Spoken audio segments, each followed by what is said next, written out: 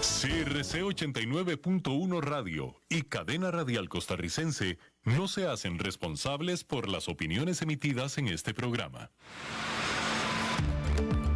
Es tiempo de tender la red democrática y mostrar la Costa Rica del futuro hacia la cual debemos caminar. Con ustedes, Jonathan Prendas, aquí por CRC 89.1 Radio.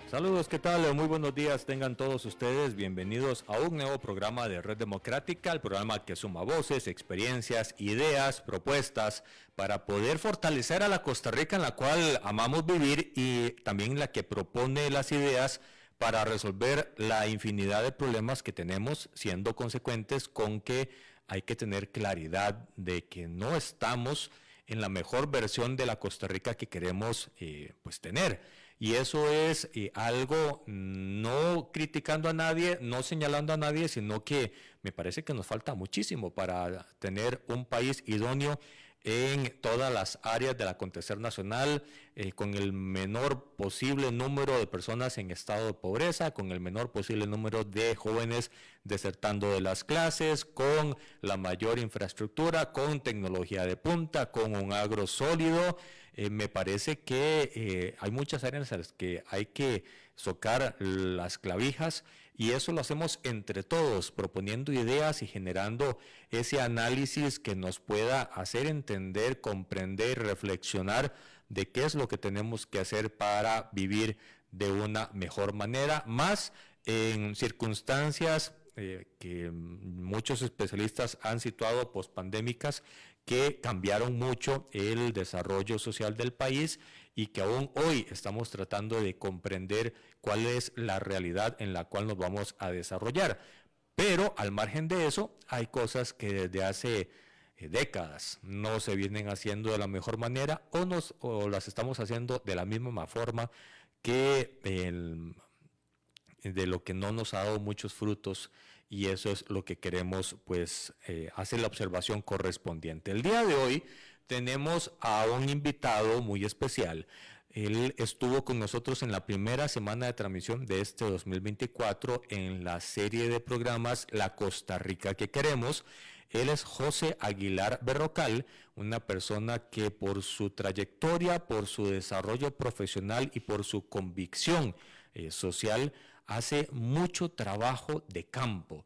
Él pasa muchísimas horas asistiendo en lugares de vulnerabilidad profunda y él tiene muy claro qué es lo que hace falta para que las cosas caminen de una mejor manera. Incluso tiene casos de éxito porque hace poco tiempo en un cantón guanacasteco él logró poner de acuerdo, algo que es muy difícil, a todo el sector público y a todo el sector privado para poder interconectar el cantón y vamos a hablar también de eso porque es importante reflexionar de las actividades que se hacen al margen de lo público y de lo privado para poder salir adelante. Don José Aguilar Berrocal, bienvenido a esta tu casa, Red Democrática. Muchísimas gracias, don Jonathan, por la invitación. Un honor para mí compartir con vos otra vez.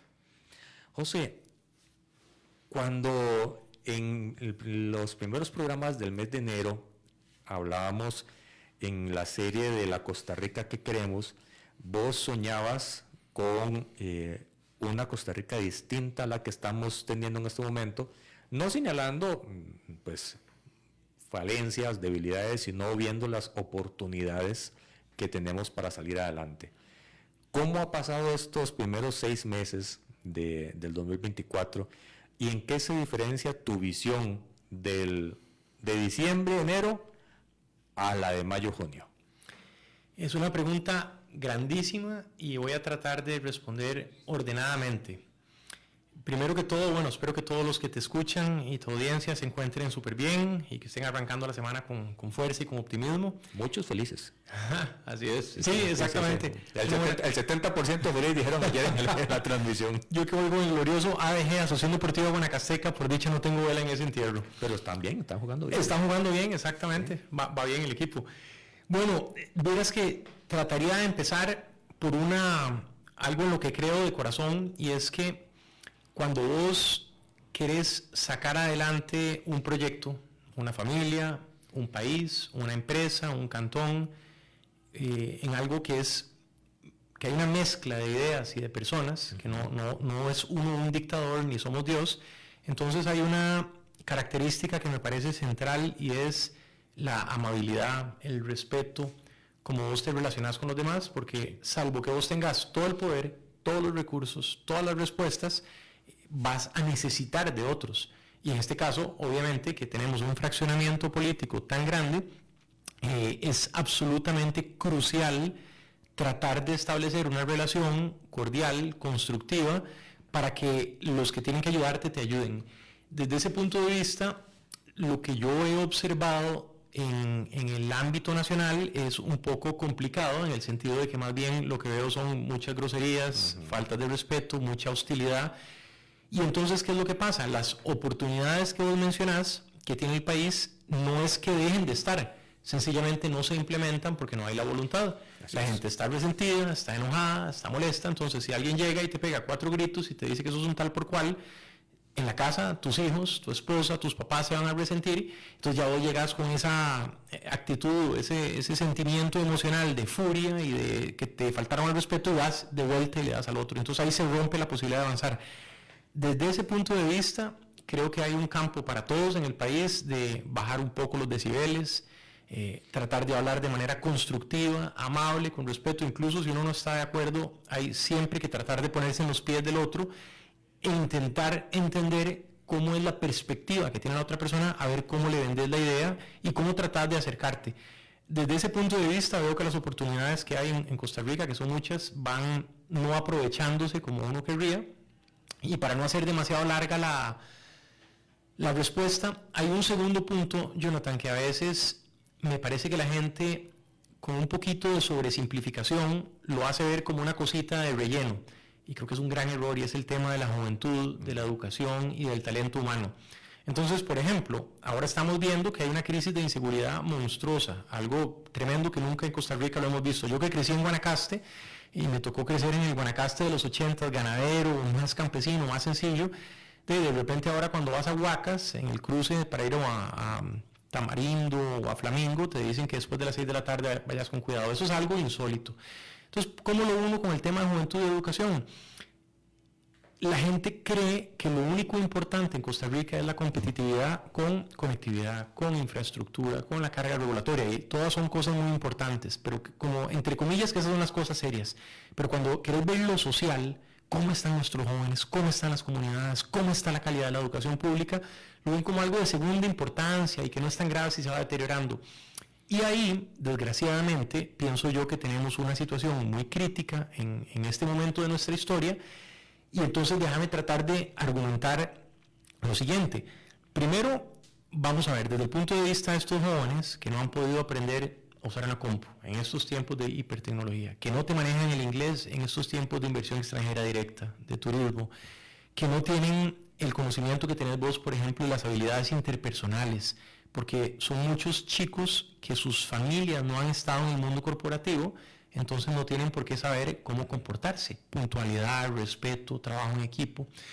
Son chicos que además no tienen una comprensión de cómo funciona ni la economía, ni la democracia, ni desgraciadamente lo que nos dicen los datos es que salen de la secundaria los que logran salir y no te saben leer un párrafo con 2 ideas compuestas. Si les pedís sacar un porcentaje o una suma, una resta, una multiplicación, se hacen un 8. Entonces, ahí, para estos jovencitos, las oportunidades son cercanas a cero, por lo menos las oportunidades legales, decentes, dignas.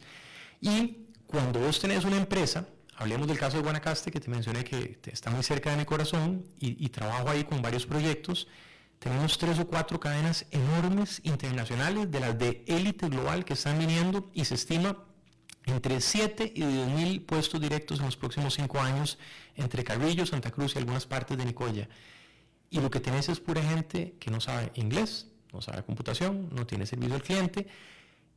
¿Cómo ese sector empresarial va a poder nutrirse del talento humano que desesperadamente necesita? Lo que van a empezar a hacer es a robarse un hotel de otro la gente que está más o menos capacitada y se da el fenómeno que los economistas llaman una inflación salarial. Si ahí está Jonathan Prendas, que es un arrecho en compo, que maneja inglés, que es súper buena gente y súper hábil, y le van a empezar a pelear los hoteles 1, después se lo roba el hotel 2, el hotel 3 y... Canibalismo. Eso por un lado. Entonces ya tenemos, para la gente se les cierran las oportunidades, para las empresas se les cierran las oportunidades. Déjame elaborar un poquito ahora. Si vos tenés una sociedad en donde está compuesta por un grupo predominantemente de personas que no entienden lo más mínimo de la democracia, que no saben, por ejemplo, que el presidente no es el jefe de los diputados, ni es el jefe de los jueces, que hay separación de poderes. Una abstracción que para vos, que fuiste diputado de la República, es el 101, y a ojos cerrados lo entendés, eso es algo que muy poca gente entiende en estas comunidades. Entonces, cuando ellos tienen que hacer una decisión tan importante en la democracia como elegir cuál va a ser el presidente de la República, cuáles van a ser los diputados, cuáles van a ser los representantes de los cantones, si no tienen la más mínima capacidad de comprender cómo funcionan las reglas del sistema político constitucional en el que vivimos, imagínate la elección que podrían hacer. Incluso, paréntesis ahí, me parece que incluso puede, esto que estás diciendo, que estoy totalmente de acuerdo, hacer complejo un proceso como el que se quiere poner sobre la mesa, que es un referéndum multitemático, porque ¿cómo se les va a explicar a toda la población los pros y contras y la parte técnica de cada tema? Imagínate, Jonathan, el reto que tenemos como república democrática, con separación de poderes, que aspiramos a ser un país civilizado, si tal vez la gente que está escuchando a veces no tienen por qué saber esto, pero es un dato importante de compartirles. En Costa Rica, los jóvenes que estudian, el 93,5% van a escuelas y colegios públicos. Hay 5.000 centros educativos a lo largo y ancho del país, del sistema público.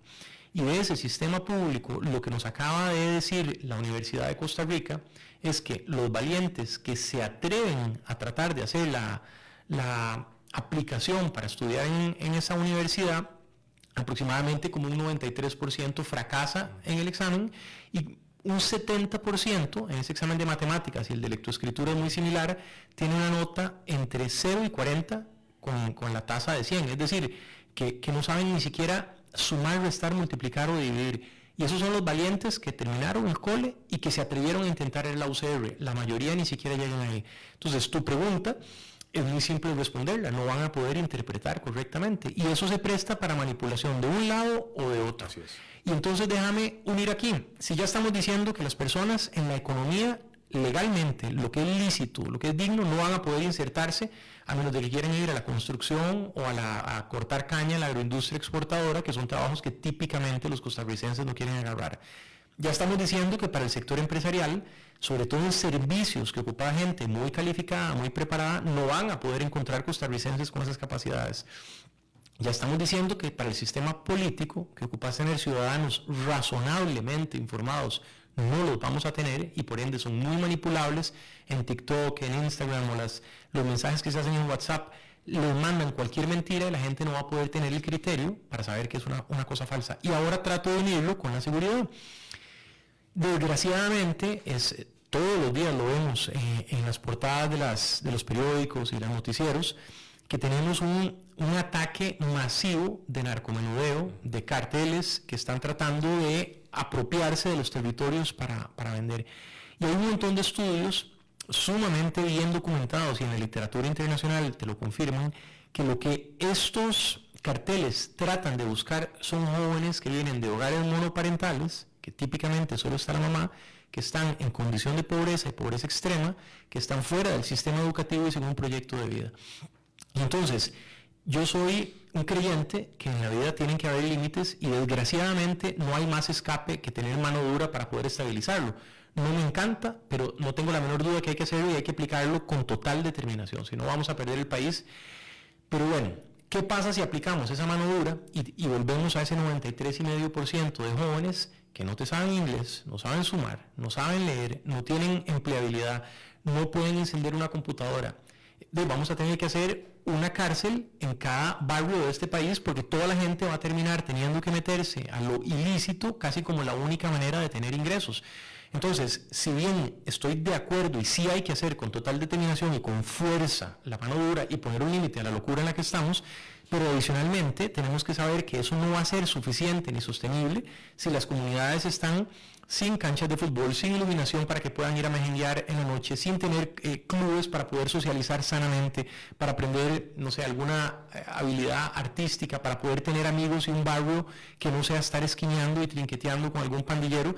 Y si en los centros educativos no estamos haciéndonos cargo de los problemas tan graves que hay. Y déjame elaborar un poquito aquí, porque es un tema complejo, pero hay uno que para mí es tal vez de los más dramáticos, que es el tema de la lectoescritura. Y vean qué fregado fenómeno, como vienen, digamos, las camadas de los chiquitos de primer grado, van terminando sexto grado y pasan a séptimo, a secundaria, y ahí los perdemos y caen a estos barrios rotos, sin deporte, sin cultura, sin guía de las iglesias, de las familias, sin valores. Bueno, nos pasó que desde antes de las huelgas y de la pandemia ya veníamos en problemas terribles. Pero vienen las huelgas y la pandemia y ya se torna algo dramático. Entonces, lo que está sucediendo ahora es que los muchachos, aproximadamente fue en el 2019, a principios, se determinó que a vos te daban la autorización para avanzar de año con solo tener matrícula inicial. Así es. Entonces, ¿qué hacía Jonathan? Llegaba al primer día de primer grado, se presentaba y automáticamente ya eso implicaba que podía pasar al segundo grado, aunque no hubiera sido ni siquiera un día más. Así fueron corriendo hacia arriba sin medirlos, sin evaluarlos, sin tener ninguna noción de que eso sucedía, y llegan a sexto grado y ahora van a pasar a séptimo. Y entonces, ¿qué es lo que nos están diciendo los profesores de secundaria? Que ya pasas de tener más o menos 7 asignaturas a tener 13 asignaturas. Bueno, que todos los estudiantes están quedándose en todas las materias, que empiezan a tener problemas de autoestima, empiezan a fregar, a molestar, a distraerse porque no entienden nada de lo que están diciendo, porque no saben leer, y empiezan, cuando ya se quedan en las 13 materias o en 11 materias, a retirarse del sistema educativo. ¿Y a dónde van? No van ahora a una familia multimillonaria en donde tienen un tutor, van a una familia en donde probablemente está la mamá solita, que anda trabajando de casa en casa o viendo a ver cómo pone pan en la mesa, y a un barrio en donde no hay un tejido social, en donde no hay una guía para hacer su proyecto de vida, para enseñarle valores, para enseñarle espiritualidad, para enseñarle respeto. ¿Y qué es lo que se encuentra? Otros jóvenes que están desempleados, que no están estudiando, que todos quieren tener el reloj de marca, el teléfono de marca, la moto, quieren ser, como dicen ellos, cool o populares, y lo están empezando a gestionar por las malas maneras. Entonces, este fenómeno que masivamente nos está pasando en los 84, bueno, ¿cuántos cantones hay ahora? Hasta ahorita 84. Bueno, 84, Dios mío, ojalá no sigan haciendo cantones cada vuelta. Hay 3 en camino. Ay, Dios mío. Bueno, en los 84 cantones este fenómeno está sucediendo masivamente, de jovencitos que les regalaron las notas, no aprendieron a escribir, llegan a la secundaria, colapsan y se quedan en todo. Y los pobres profesores, imagínate tener 30 mocosos que no saben leer en séptimo. ¿Cómo hacen esos profesores? ¿Y a dónde van esos chicos? A un muy, muy mal lugar. De hecho, conozco una profesora que me decía, en el colegio donde doy clases tenemos el problema, eso que precisamente estás explicando, pero dice, cuando llegan a cuarto y quinto año, no saben qué hacer, porque no los pueden graduar, porque no cumplen, no los pueden retener, porque no se pueden quedar perpetuamente en el mismo año, y no los pueden devolver para que aprendan. Entonces, básicamente, esa exclusión termina siendo el camino casi que natural para muchos jóvenes en el área urbana y en el rural, no es solo la parte rural el problema. Y en este momento en donde estamos particularmente viendo en tiempo real como todas estas organizaciones de la delincuencia organizada son especialistas en reclutar jóvenes con un contexto familiar muy frágil, sin ingresos, sin proyecto de vida, sin espiritualidad, sin valores, sin que nadie les esté diciendo a ellos que son especiales, que son valiosos o algún tipo de guía porque están librados a su suerte. Y entonces, ¿qué es lo que pasa? En estas pandillas, de repente, esa figura masculina que no está en las familias, de repente llega un mae muy cool, en su moto, todas las chiquillas le dan pelota, con buena ropa, con un buen teléfono, es respetado, le tienen miedo, es un mae muy carismático, y esa figura masculina que no es positiva, es la que termina siendo la que resulta muy atractiva para jovencitos que ven hacia arriba y dicen, mira qué chido este carajo. Y empiezan, por el abandono y por la ruptura que hay en estas comunidades y en la sociedad y en las familias, a encontrar ahí una figura con la que se identifican. Y entonces, veamos la matemática de esto, Jonathan, es que es increíble. Ok, imagínate que entonces vos sos el gerente de Reserva Conchal, que es un hotel que le tengo mucho cariño ahí en Santa Cruz. Estás desesperado buscando saloneros, servicio al cliente y no encontrás por ningún lado. Se pierde esa oportunidad de que tu giro de negocio tenga éxito y entonces esa persona que no pudiste encontrar, no lo contratan, no tiene salario, no va a consumir el súper con su salario, no paga el alquiler, y todo ese encadenamiento microeconómico no se da. Y además, tanto vos como hotelero, como el trabajador que no llegó, no le pagan a la caja, no le pagan al INA, no le pagan a FUDESAF, no le pagan al INS. Entonces, la pérdida de talento humano genera un problema para la empresa y genera un problema para todas las instituciones de Costa Rica. Y ahí ya tenés una gran pérdida económica. Pasémonos ahora a ver en ese ejemplo qué pasa con la parte social y de seguridad. Ya Jonathan no llegó a Reserva Conchal. Reserva Conchal está en grandes apuros porque no tiene su gente para tener en la temporada alta a los gringuitos que vienen o los alemanes o de donde sea que los visitan. Pero no solamente eso pasó, quedó Jonathan viendo para el Ciprés, ahí en Brasilito o en Potrero, que ya está complicadísima la cosa de la seguridad y de repente empieza a meterse en malos pasos. Entonces, ¿qué es lo que tiene que hacer Costa Rica ahí? No solamente no recibir todo ese estímulo económico que acabo de mencionar, sino que más bien tiene que agarrar el teléfono y llamar a la policía. Y va la policía turística o la policía municipal o la fuerza pública y tienen que ir a perseguir a Jonathan y lo agarran. Es un gran gasto. Sin contar ese gasto, lo que hace es que si lo logran pescar, va para el proceso judicial. Y ese proceso judicial dura 1,5, 2 años. Y eso es un platal. Sin contar ese gasto del proceso judicial, lo agarran y entonces si terminan con éxito, que muchas veces hemos visto que lo sacan por estar amedrentados los jueces y tal, y lo meten preso. Y aquí este dato a mí siempre me gusta compartirlo porque es tan impresionante y tan tangible que hace ver lo absurdo que es no intervenir antes. Citando un estudio de Rodolfo Jiménez del 2014 que publicó en la Academia de Centroamérica, son más o menos como $4,879 lo que le cuesta en promedio un estudiante en el sistema público de Costa Rica. Ok, citando datos de adaptación social, este es un estudio del 2013 de finales, probablemente ahora es más caro. Había más o menos el costo por persona en el sistema penitenciario era como $17,800 en el tipo de cambio de aquel momento. Entonces te das cuenta que perdimos toda la creación de riqueza de una persona que tenga propósito, que agregue, que se sienta con plenitud, que esté feliz, que pueda crear una familia, que ayude a una comunidad a prosperar. Todo eso se perdió y más o menos ve el desastre que tenemos acá.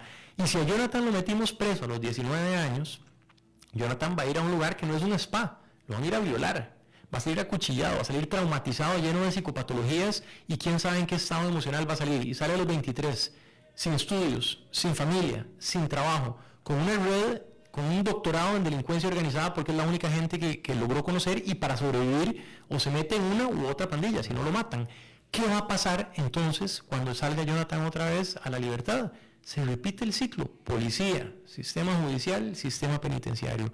Y cuando entonces en un país que tiene una vocación turística, como lo es Costa Rica, que es cercano al 10% del Producto Interno Bruto que se genera ahí, más todos los encadenamientos microeconómicos, de cuando esté Jonathan y otro montón de muchachos sin proyecto de vida, sin propósito, sin fe, sin respeto, sin familia, sin amor, sin nada, unidos y empiecen a hacer tortas con los extranjeros que nos visitan y empieza a salir en CNN, en The Economist, en New York Times, de todos los que están considerando venir a Costa Rica y dicen, hombres, yo no me la juego, ahí puede ser que me maten. Y entonces ahí estaríamos no solamente en una tragedia humana para Jonathan y otros como él que no pudieron tener una vida, sino que se nos genera una disuasión de alguien que nos permite poner pan en la mesa, que son todos los turistas que nos permiten honradamente salir adelante. José, este análisis muy detallado que estás haciendo, que me parece da en todos los puntos del ajedrez y del tablero social del país, insisto, no solo pasa en Guanacaste, está pasando muchísimo en todas las provincias, genera preguntas casi que naturales, porque señalas la parte de educación, señalas la parte de empleo, señalas la parte de atención de la pobreza, señalas la parte de seguridad, para citar cuatro ejes. No estamos hablando de que el Estado tiene que ser asistencialista, porque nos parece que eso no solo ya pasó, sino que ahora hay que trasladarlo, el sistema de asistencia, a un sistema de haga usted y genere usted, no yo le doy para que usted viva. Número uno. Número dos, estás planteando un sistema educativo casi que en bancarrota, en quiebra. Y número tres, un sistema de seguridad que me llamó la atención el concepto de mano dura. Hablando como propuestas de parte tuya o ideas de parte tuya de cómo podemos solventar estos pilares que hiciste como diagnóstico muy bien y muy detallado. ¿qué podemos hacer como país para poder hacer algo diferente a lo que hemos venido haciendo ya por un par de décadas? Y lo digo por lo siguiente. Al principio también señalabas que si la gente tiene el don de gente de poder conversar, recibe buenas respuestas. Y vos en un cantón guanacasteco lograste poner a conversar, a sentar, a escucharse, a conversar y a hacer a sector público, sector privado, y el cantón cambió. Es un cantón diferente de diciembre a lo que tenemos hoy. ¿Cómo podemos transformar Costa Rica en educación? ¿Qué hay que hacer en educación? ¿Qué hay que hacer en seguridad? ¿Qué hay que hacer en pobreza? ¿Qué hay que hacer en trabajo? Para que este diagnóstico, esta pintura que en este momento tenemos, y coincido, insisto con vos, sea algo diferente a corto, mediano y largo plazo. Bueno, lo primero que quisiera decir es que todo esto que se ha podido hacer ha sido gracias a Dios. El Señor ha abierto tantas puertas y ha obrado de tal manera que sin el apoyo del Señor jamás hubiese podido ser así, que para nada me doy las glorias para el Señor. Eso es para empezar. Lo segundo que te diría es que en ambos campos, en la parte social y en la parte, digamos, de seguridad, e incluso metería la parte de dinamismo económico, uno a veces para poder hablar de esto los separa, pero en la realidad están muy entrelazados. Esa separación es ficticia, están íntimamente relacionados. Ese es el primer punto. Entonces voy a hablar separadamente bajo el supuesto de querer explicarlo, claro, pero en la realidad real te los encontrás totalmente interconectados. El segundo punto es que para todos los tres puntos, tanto para el dinamismo económico, para el desarrollo humano, como para la parte de seguridad, indudablemente vamos a poner de acuerdo a diferentes actores. Estamos en una democracia, no en una dictadura. Nadie tiene todo el poder. Entonces, prioridad A1, la amabilidad. Hablar con respeto, hablar de una manera decente, cuidar la forma. Digamos, cualquier tema, cualquier iniciativa que tengas, si no lo haces siendo muy cuidadoso en cómo vas a referirte a los demás, nace muerto. Así tengas la mejor idea del mundo. Entonces, punto 1, la forma es absolutamente determinante. Y lo otro que yo te diría, por ejemplo, en el tema educativo, yo quiero reconocer que la verdad estoy teniendo un gran apoyo en esta administración. Doña Sofía, la viceministra administrativa, ha estado colaborando intensamente. En la directora regional de Santa Cruz y los directores regionales de Occidente, en donde estamos empezando a hacer trabajo, están intensamente colaborando, son súper apuntados. No es que no hayan problemas, pero quiero decir que hay muy buena voluntad. En los departamentos de conectividad, don Cristian y don Esteban, que son los enlaces que tenemos, por ejemplo, ahora con el ICE, cuando salió Omar Dengo, están colaborando también.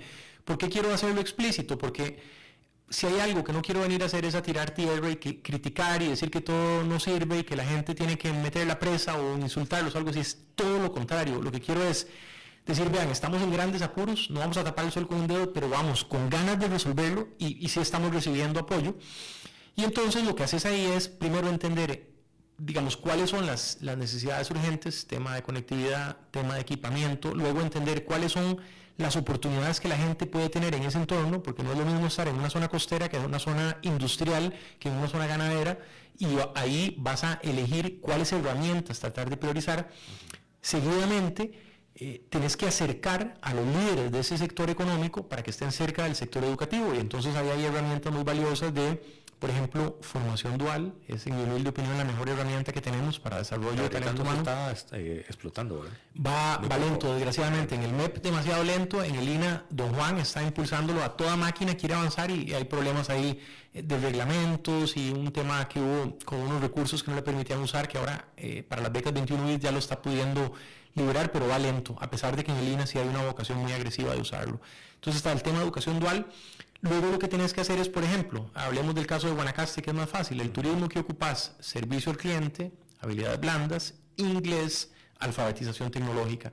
Entonces ahí hicimos una alianza público-privada en donde viene una organización internacional que se llama EduTech, que tiene un programa NIO, que es tecnología israelí, que con un sistema de inteligencia artificial lindísimo, le llaman gaming, y es como estar jugando, como un videojuego, que está acreditado en el marco común europeo, y con el INA y con el Ministerio de Trabajo los chicos empiezan a poder ir avanzando en los niveles y pasan desde el inglés de Tarzán, que no saben nada, hasta el C1 Bridge, que es ya el que habla como un nativo. Eso le da las acreditaciones para que puedan ir, muy amable, muchas gracias, para que puedan ir con ese cartoncito a presentarse al sector hotelero o a empezar un emprendimiento en el turismo. Entonces, ¿qué hiciste ahí? Lograste retener a los chicos, trabajaste mucho en proyecto de vida, que ellos sepan cuáles son las oportunidades que hay en su industria, que entiendan por qué es tan importante las habilidades blandas, por qué es tan importante el inglés. Por ejemplo, quiero destacar un proyecto muy bonito que está liderando mi buen amigo Gustavo Segura con la empresa Memorable en el CTP de Sardinal, en donde esa empresa, que es un tour operador muy importante, está invirtiendo fuertemente en el bilingüismo, en el talento humano, lleva gerentes de diferentes hoteles a que les hablen a los chicos, vamos coordinando con el Ministerio de Educación, con la Fuerza Pública, les dan charlas, por ejemplo, de la Ley Penal Juvenil, y ellos empiezan a decir, mira, aquí hay un montón de oportunidades, que si hago esto y esto las puedo aprovechar, y aquí hay un montón de consecuencias que me están diciendo que si hago esto, me voy por el mal camino, voy a terminar preso en un mal lugar. Y ahí están, por ejemplo, funcionarios públicos como José Eduardo Elizondo, que es el enlace del colegio de la comunidad, súper colaborador, participando. Entonces, ¿qué hicimos? Tratamos de que se acercara el centro educativo, sector público, con el sector privado que tiene más dinamismo económico, ver qué eran las herramientas relevantes y empezamos a aportarles equipo y dar coordinación y seguimiento. ¿Qué fue lo que hizo que esto sea posible? Habernos puesto en el centro, articular con amabilidad, con cariño, ayudarles, y voy a contar nada más una anécdota que tal vez a tu audiencia les permite entender pequeños gestos que hacen la diferencia. El día que fuimos a la gira de reconocimiento al CTP de Sardinal, que está en Carrillo, cerca de Papagayo, deben haber estado con unos 41 grados centígrados. Yo fui con mi esposa y nos llevaron, Jonathan, a conocer los laboratorios de inglés y los laboratorios de cómputo. No servía un solo abanico, no servía un solo aire acondicionado. Joana, mi esposa, casi se le bajó el azúcar y tuvo que salir así. Qué bravo todo ahí. No tenés idea, yo salí como si me hubieran tirado un balde de agua del sudor y yo decía, Dios mío, ¿cómo los niños y los estudiantes pueden estar en esto? ¿Cómo lo logran? Los profesores con 30 mocosos metidos en ese laboratorio. Entonces, ¿qué fue lo que hicimos? Hicimos un esfuerzo con amigos, familiares, recaudamos unos recursos y arreglamos los aires acondicionados. Un pequeño gesto de buena voluntad, los profesores estaban luego súper receptivos, agradecidos, después llegamos con la empresa Memorable que nos está ayudando, y esos pequeños detalles con tacto, con amabilidad, con una decencia humana, te abren todas las oportunidades. Y entonces, en lugar de que estos muchachitos se vayan a meter a las pandillas y empiecen a ir a saltar a todo el clúster hotelero de Papagayo, salen certificados de inglés, salen con un curso de Code Monkey, que es de programación, alfabetización tecnológica, y empiezan a hacer pasantías y se logran colocar. Ese es un ejemplo puntual, realista, que ya lo hicimos, así que no me pueden decir que no se puede porque ya se pudo, y en donde tenemos apoyo de la alcaldía, tenemos apoyo del Ministerio de Educación, tenemos apoyo del sector empresarial, los profesores se ponen la camiseta, y ¿qué es lo que tenés? Chiquillos motivados, con ilusión, y es lo más bonito cuando ellos llegan y te cuentan que ya consiguieron un trabajo en vacaciones alquilando jet skis, o que pudieron poner un emprendimiento vendiendo artesanías que ellos mismos hacían y lo vendían a los clientes en inglés y se ganaban su platita. Puchica, y te das cuenta de que a un costarricense vos le das un poquito de empujón, son chispas, la agarran al aire y van para adelante. Ese es un ejemplo muy puntual, y hay muchas más cosas que tal vez por tiempo no vamos a poder entrar de reforma educativa, pero lo que sí te diría es que soluciones técnicas, Jonathan, yo tengo algo que me siento muy orgulloso, la verdad, que estoy en el Consejo Asesor en el Estado de la Nación, y soy de los pocos locos que nos leemos de tapa a tapa cada año con un whisky y una botella de Prozac a la par para el Estado de la Nación, porque fue putica, es algo tremendo. Y están llenos de diagnósticos precisos, de ideas totalmente relevantes, de un análisis de literatura internacional que se nutre mucho de la OCDE, de un montón de soluciones adecuadas para nuestros problemas, que ninguna se implementa por problemas políticos, no técnicos, por el tema de la economía política, y muchas veces los gremios juegan un rol medio fregado. Entonces, ¿qué es lo que te diría? Para los otros grandes temas de la educación que urgen, yo sugiero hacer un acuerdo del más alto nivel nacional, que venga del presidente de la República, de la cúpula empresarial, de las iglesias evangélicas y católicas y de cualquier denominación, de los padres de familia, de las cooperativas, de todos los grupos que tienen relevancia en Costa Rica, y que esa hoja de ruta técnica, sin improvisación, sin populismo, sin politiquería barata, sin sacarse clavos, entendiendo que de eso depende la seguridad, la competitividad, la decencia de una república que funcione razonablemente.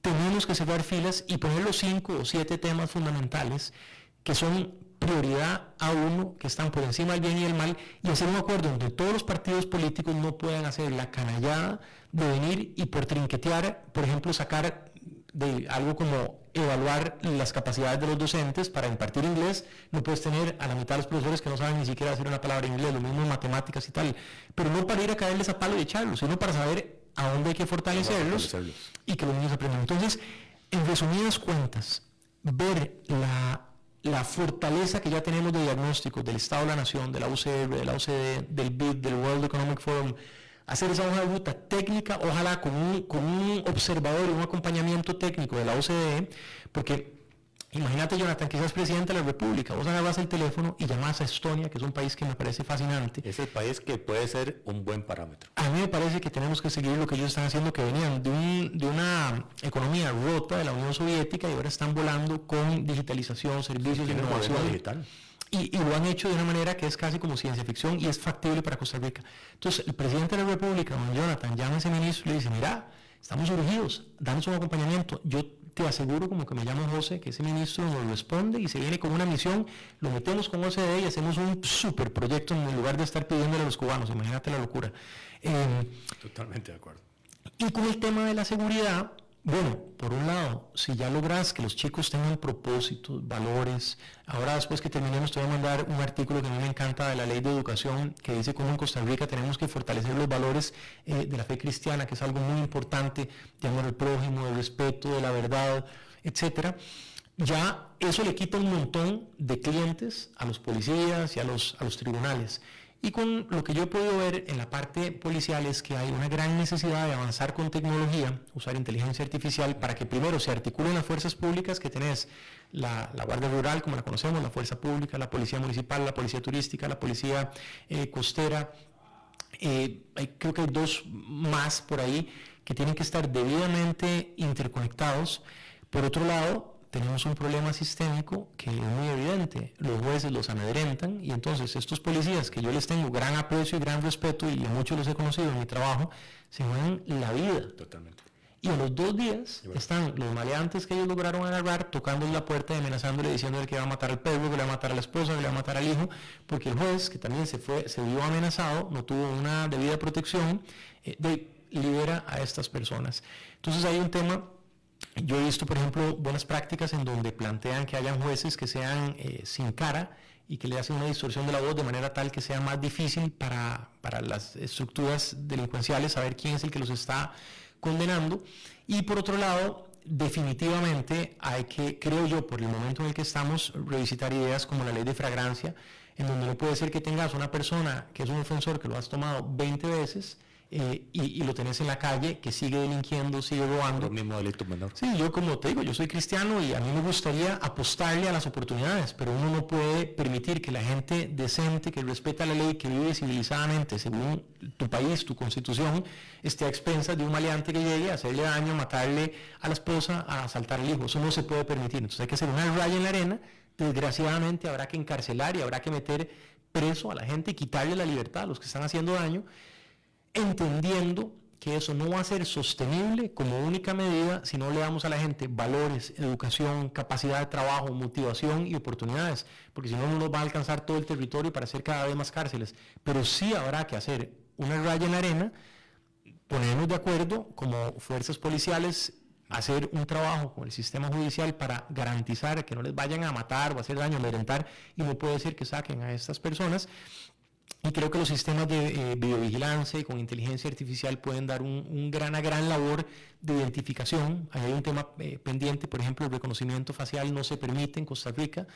Y eso es una pena, porque si la OIJ tiene identificados, por ejemplo, junto con la fuerza pública, las personas que son gatilleros y que vienen de un barrio en donde están ahí reclutados y van moviéndose hacia Punta Arenas o hacia Guanacaste, y con las cámaras que puedas poner detectás y que sabes que no van a ir a hacer turismo, sino que van a ir a asesinar a otro costarricense, ¿cómo va a ser posible que no permitan a las fuerzas policiales del país o la policía municipal detectarlos y apresarlos previo a que lleguen y asesinen a un costarricense? Entonces esas discusiones que en el Parlamento van a tener que darse y son muy complejas, hay que ver qué dice la literatura internacional también. El caso, por ejemplo, de Inglaterra es muy interesante. Ahí ese punto último se estuvo en los últimos años de la administración anterior, hubo varios proyectos en esa línea, pero lamentablemente estuvo permeado por las discusiones muy arriba de tono del tema de la OPAT. Entonces, sí, no se avanzó por precaución, por prevención e incluso hasta por miedo, porque no se sabía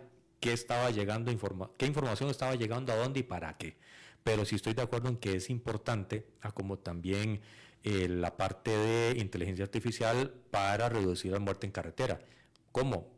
Si usted sabe que hay una cámara que está midiendo la velocidad y que la multa es alta, pues usted baja la velocidad. O sea, entonces no se va a exponer. Más si le quita puntos con dos partes pierde la licencia. A ver, hay que poner las herramientas que tenemos a mano a disposición de las autoridades para que puedan hacer mejor su trabajo.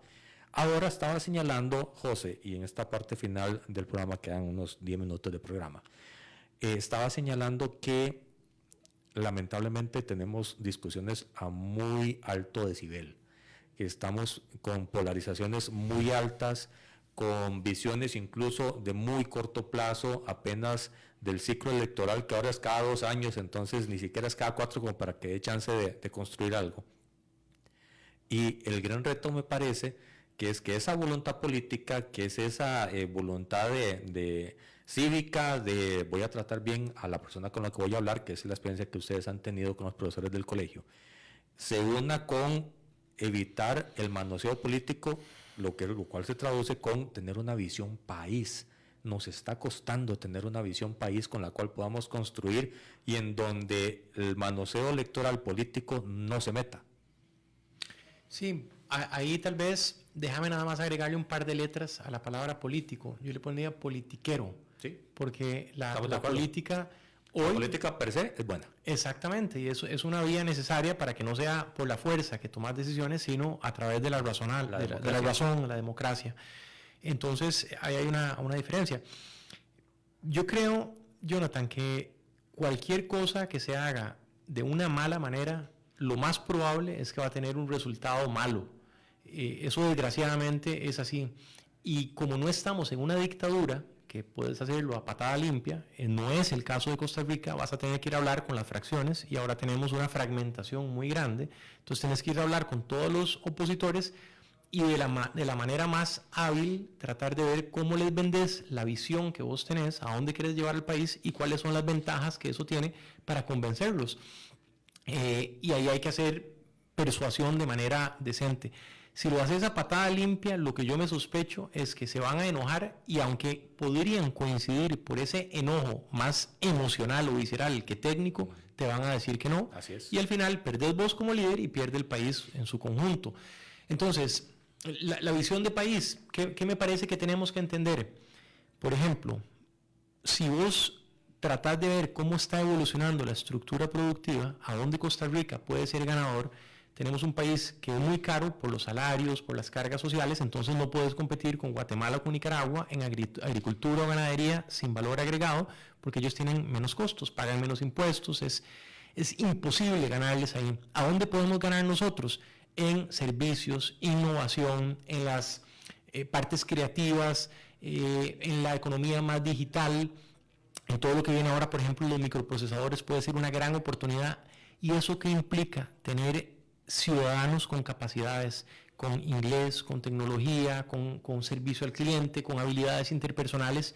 Y ahí eso lo que implica entonces es, perfecto, pongámonos de acuerdo, le damos recursos al Estado que ojalá de manera innovadora, con alianzas público-privadas, le den capacidades a la gente. Esa gente se mete a la economía, consume, paga impuestos, paga las cargas sociales, que le devuelve la plata al gobierno y las vuelve a invertir.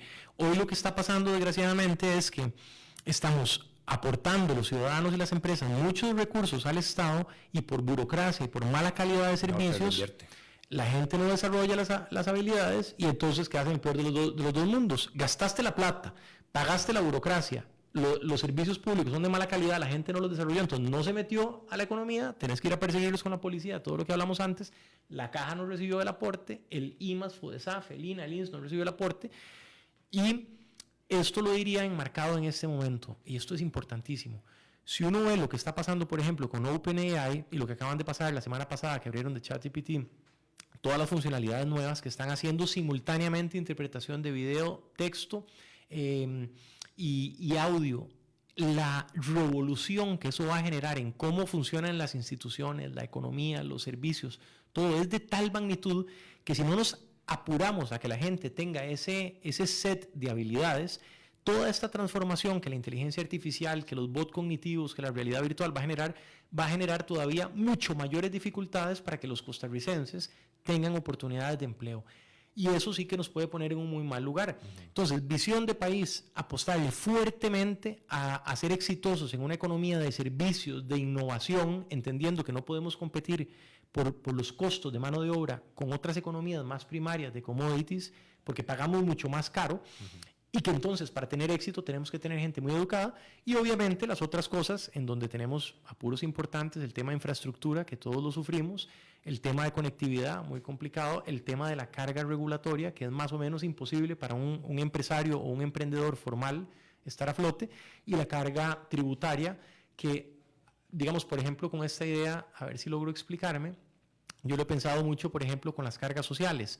Si un emprendedor o una persona por cuenta propia trata de meterse a la formalidad, le caen encima con un pago retroactivo y carísimo. Entonces, tenés una gran informalidad. Pero si vos bajás esas cargas, lo que tenés es una base más grande y entonces el dato final agregado recuperas como la caja y como la seguridad social un montón más de plata, aunque cobraste menos a cada individuo. Así es. A veces parece que quieren cobrar el 100% de cero en lugar de cobrar el 70% de algo. Ese tipo de reflexiones... O de tener ese 100% en cuentas por pagar para apalancarse en créditos diciendo eso está por cobrar, en algún momento se lo puedo tener, que es ilógico. Y entonces todos los trabajadores están con pánico de que les caiga la caja porque es tan alto el costo que en el año 1, 2 y 3 de su emprendimiento o de su empresa les hacen prácticamente imposible no quebrar.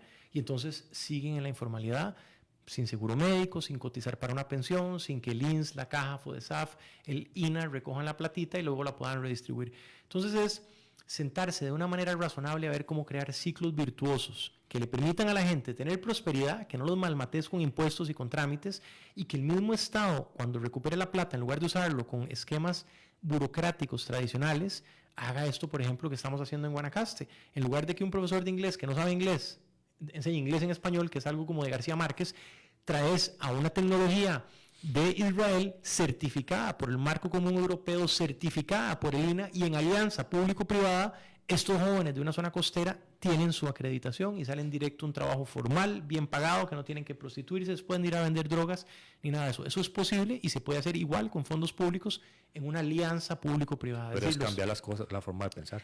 Exactamente, es una visión innovadora en donde no es a la institución como un fin en sí mismo, sino es el servicio público, es un medio para que el ciudadano, la empresa, el costarricense tenga un servicio de calidad. Entonces no tiene que ser de la manera tradicional, pueden ser con innovaciones y alianzas público-privadas en donde las empresas, la sociedad civil, las cooperativas, las iglesias pueden jugar un rol. Entonces, sí ocupas fondos públicos, pero no necesariamente es la institución tradicional la que lo da, sino puede ser un especialista del sector privado, de la academia, de una iglesia, de una cooperativa. Y ahí es donde hay que cambiar ese esquema mental. Y a la gente, ¿qué es la diferencia? En lugar de darle un subsidio para que vaya a Limas a agarrar su cheque y luego pueda pagar la casa, lo que le diste es una súper buena beca y esa persona con su capacidad, con un trabajo digno que le da motivación, respeto propio, tiene un súper trabajo, genera su platita.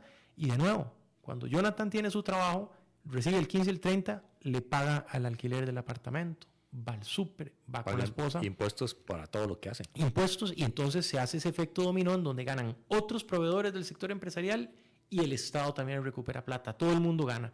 Entonces, Dave... Es simplificar, José, me parece que el estilo de gobierno, el estilo de administración más que de gobierno, que tiene Costa Rica en este momento es altamente denso, complicado y espeso en encontrar cuál es la arteria que me va a comunicar con la respuesta que estoy ocupando, y eso genera ahorita una lentitud del sistema que nos hace ver, a ver, si fuera un examen médico con colesterol arribísima, con triglicéridos arribísima y con todas las condiciones de una persona altamente comprometido, y eso hay que cambiarlo, hay que simplificar.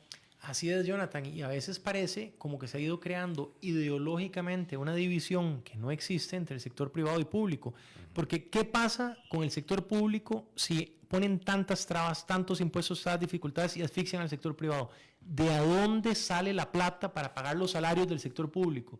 De ningún lado. Costa Rica, los recursos minerales que tiene no los utiliza. Entonces, toda la plata que hay para pagar todos los servicios públicos, las instituciones públicas salen de la economía formal, de los emprendedores y los empresarios. Entonces, ¿qué es lo que deberían de ver los del sector público? Pienso yo, mira, en lugar de hacerle la vida imposible a don Jonathan que viene con este emprendimiento o esta empresa, le voy a ayudar a simplificarlo para que tenga éxito, para que exporte, para que tenga crecimiento, para que sea más eficiente, paga más salarios, crece, tiene más gente trabajando y a mí me va a pagar más con el IVA, con la carga social, con FODESAF. Entonces, claro, en lugar de vernos como enemigos, lo que deberían de verse es como dos turbinas diferentes del mismo avión. Y el sector privado, si ve que el INA funciona bien, que el MOPT y el CONAVI hacen calles más o menos decentes, va a decir, pucha, con gusto yo pago mi plata, ahí están los impuestos, no me los dejo en la bolsa, se los doy al Estado, y el Estado me da una buena calle, hay iluminación, el aeropuerto funciona bien, etcétera. Pero ¿qué es lo que pasa ahora? Uno ve que se obliga una carga tributaria importante, una lista casi infinita de trámites, y a cambio, ¿qué recibís? Ahorita nada. Ese es el problema. Poco. Más problemas que soluciones. Así es. Y entonces, de nuevo, si el sector público no entiende que si derrota al sector privado y las empresas formales y los emprendedores caen colapsados, ellos mismos no van a tener luego ingresos para poder pagar sus salarios y el funcionamiento de las instituciones. Entonces, en lugar de vernos como enemigos, hay que vernos como dos turbinas diferentes del mismo avión y apoyarnos y entrelazarnos.